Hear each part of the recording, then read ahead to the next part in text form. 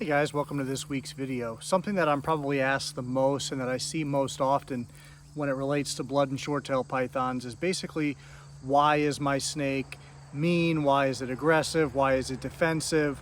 People ask it in all different ways, but they want to know, why is their snake acting out? Why are they having trouble handling their animal? And so what I want to do in this video is talk about some starting points and where you want to begin and what you want to look at and see where you can solve that problem so that you and your animal can have, the relationship that you would like to have together.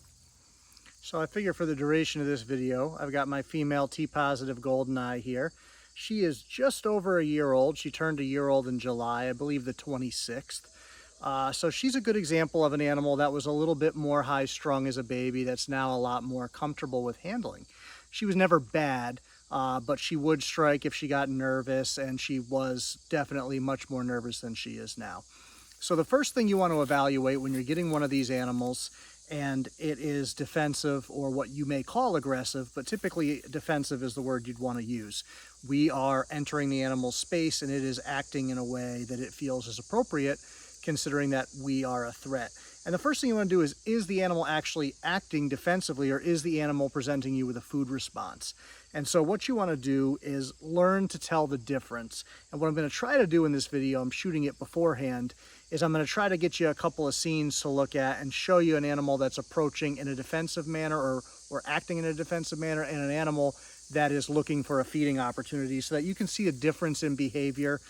Usually the way the animal postures itself, the way it holds its body, the way that its tongue flicks are going, its eyes, its focus, will usually give you some hints to this if you know how to read the animal's body language. So that's the first.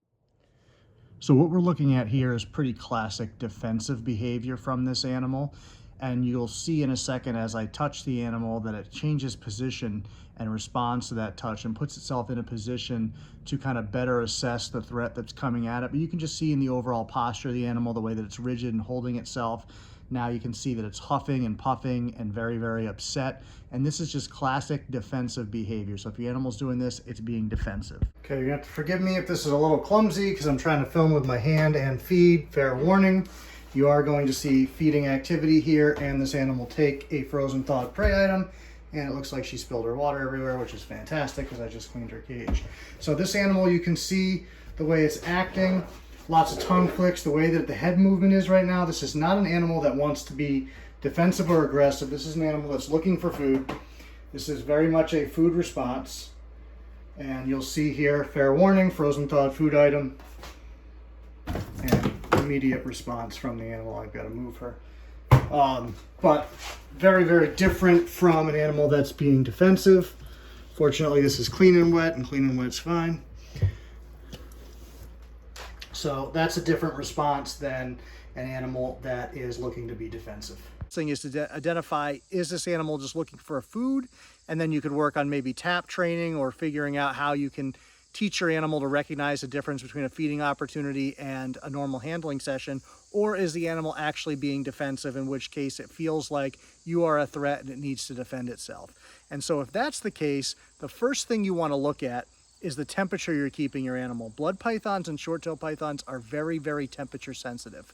And it can be a half a degree or a degree that can change that snake from a tractable, easy to handle animal to an absolute monster. When these guys get too hot, they do not tolerate it well. So the first thing you want to do is look at your temperature. Now, every snake is an individual and might have a different point where it decides this is too much, but generally speaking, these animals need to get somewhere in their enclosure where they're going to be in the lower 80s. So you say 80, even 79, 81, 82, maybe 83 max. If you're running a hot spot and your hot spot is north of 84, 85 degrees, they've got to be able to get away from that. And the other thing that people don't pay attention to is security, and security is a huge one for these guys.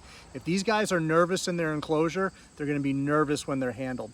They need that home base to reset, to feel really safe, and then they're more apt to be okay with, being out and about, being handled, being moved around like this, because they're comfortable in their space. And the smaller the animal, as far as age and size goes, these guys really, really crave security when they're young. So keeping them in a smaller space at a younger age is beneficial to the animal in most cases. And that doesn't mean so small they can't move, but it means that it's a small enough space where they don't feel overwhelmed. And that's going to vary a little bit by individuals. This particular snake, she does pretty good with a little bit of space. Some need a little bit less, some do well with more. There are babies that can do well in a larger space. But generally speaking, especially if you're a newer keeper or newer to the species, going a little bit smaller with a young animal is a better call. It's a lot easier to manage as you're learning to read the animal and react to the animal appropriately. So that's going to make your life a lot simpler if you do it that way. And then as the animal grows, matures, and becomes more comfortable, you can start expanding. But giving them that gradient, giving them the chance to get off the heat. And the biggest thing is, if you provide the animal with only one location in that enclosure where it feels safe, then it has to make a choice between safety and security and the comfortable temperature. So you've got to have it so that they can move from space to space in those temperature gradients and still feel comfortable. So if they only have a hide on the cool end or the hot end, and I don't really use hide for many of my bloods and short tails, their whole cage is essentially a hide the way that I have them set up. But if you are using hides, offering multiple ones in the different temperature gradients is going to be beneficial for the animals. So they don't have to prioritize comfort or security and not the other. They can have both. And so that's a good way in starting to get your snakes comfortable. And you can accomplish that with substrate, thicker substrate, or even layers of paper so that they can go under it on either side of the cage and just feel hidden and relaxed and comfortable. That's going to make a huge, huge difference in your relationship with these animals, the temperature and their comfort. When handling, every animal is going to be a little bit different. This animal, I am not handling this animal in a manner that I would recommend an animal that's not comfortable with you. I'm not really supporting her, although she's kind of supporting herself right now. But usually with these animals, if they are uncomfortable, supporting their body is important, making them feel safe, secure, not like they're going to fall, that they're stable. And also a big mistake people make because they're afraid to get bit is holding the snakes out away from their body. And that can actually cause even more nervousness because now the snake's being held out over a surface and they're not feeling safe. Whereas if they're in close to you, they kind of have that support of your body there to feel like they're up against something. And yes, that might put you in a position with an animal that's more defensive where they might bite you. But the biggest thing that I can give you as a piece of advice, if you are afraid to get bitten, you are going to get bitten. Period. End of story. These animals are very, very in tune with us. And so if you're nervous, that energy is going to translate to them. You've got to get over it. You've got to do what you have to do to get yourself in that position where it's not a big deal if you get bit. And it's not a big deal. If this animal bites me right now, who cares? Yeah, I'm going to bleed a little bit. They hit hard. They have small teeth. You should not be afraid of getting bit by a blood or short-tail python. There's no reason to be. If you have stubbed your toe, you have been hurt worse than what this snake is going to do. Now, a 6-foot adult that's very, very defensive can definitely give you a bite that's not going to be fun. Once again, still small teeth, not a huge deal, but they do pack some power. They might leave you a little bit of bruising. They might break off some teeth in there. So obviously avoiding getting bitten is a good idea, but if you're nervous about it and you're passing that energy on to the animal, then you're going to put yourself in a position where you're probably going to get bit, especially with a nervous animal, because now it's already nervous and now you're telling it it's got a reason to be nervous because you're nervous too. So get over your fear, do what you have to do. I don't use gloves. I think using gloves is stupid, but if that's what makes you comfortable, do it. You know, if you got to wear a jacket because that's what makes you comfortable, do it. You know, I don't do that stuff. I think that my hands on the animal is my best way to read how that animal's feeling and the best way for them to read how I'm feeling. But if you are feeling nervous, then having them pick up on less of that is going to be a better thing to help you build confidence. I would say 90% of the problems people have with these snakes are not with the snakes, but with you. And a lot of people get upset about that, but that's the reality of it. I've even gone so far with people as suggesting just opening the snake's cage, sitting with the snake. If you have an animal where you and the animal aren't really clicking, sit there and read a book out loud to the animal. Sit there and talk to the animal. And the reason that you do that is not because you talking to the animal necessarily is going to translate to the animal. It has no idea what you're saying. But when you're focused on talking in your next thought, you're not focused on, oh man, I'm nervous around this animal. You're tricking your brain into focusing on something else and allowing you to be more confident and allowing you to do what you need to do to keep this animal comfortable. And that's the key. The more comfortable this animal gets with you is going to be because of the more comfortable you get with this animal. You've got to give this animal trust for it to trust you. If you expect the animal to trust you first when you don't trust the animal, you're probably not going to get there. And it's really important. We have other videos on the channel on taming snakes and how to go about doing that. But this video, I wanted to focus more on just things that you can do to kind of change up your approach a little bit and troubleshoot these animals and figure it out. Now, with all that said, there are certain animals that are just high strung. All of these animals have an inherent personality. Every animal, every person you meet was born a certain way, and they're destined to have a certain personality type.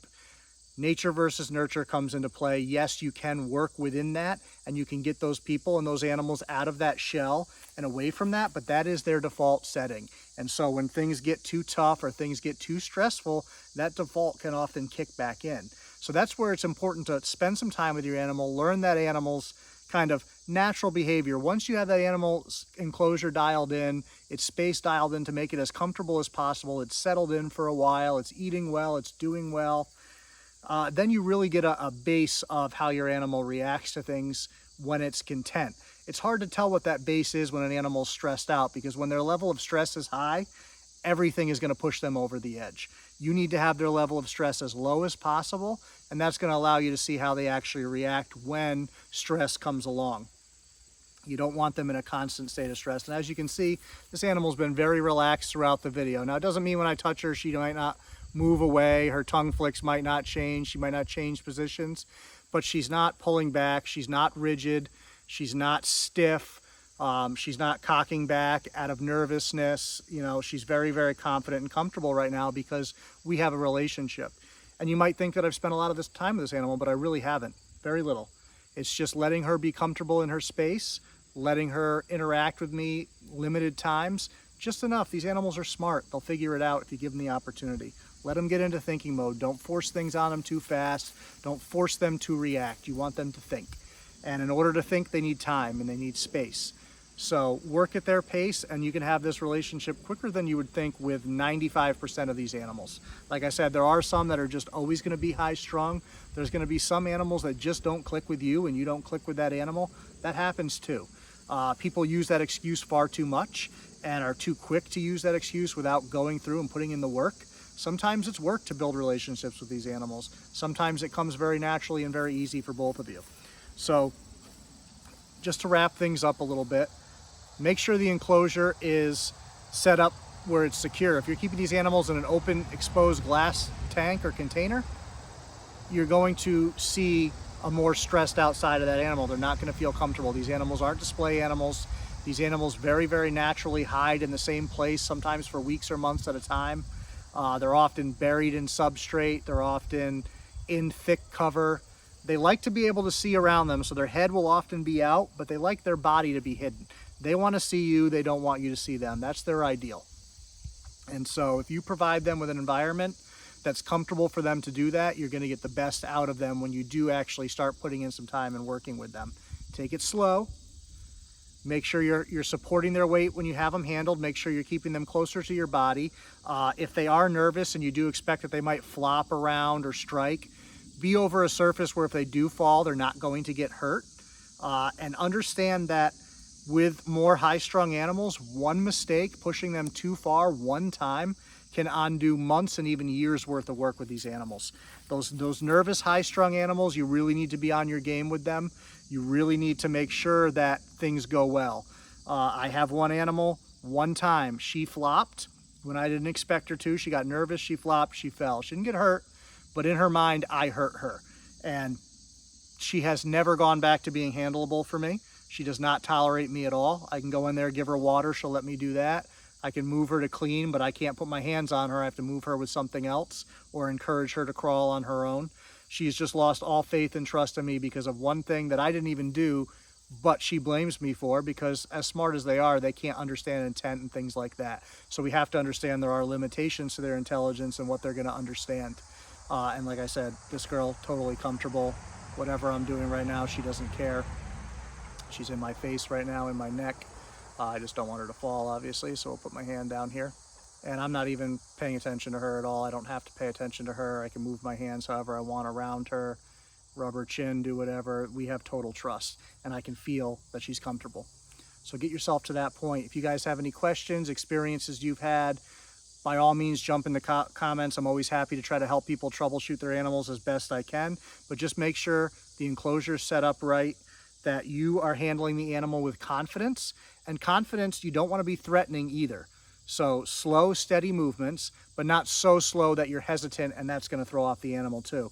Some of these animals you've got to move a little bit fast with. And I don't mean fast coming at their head, but I mean once you go in and touch them, you've got to pick them up and get them out. If you have too much hesitation and too much farting around, sometimes that'll trigger these more nervous animals.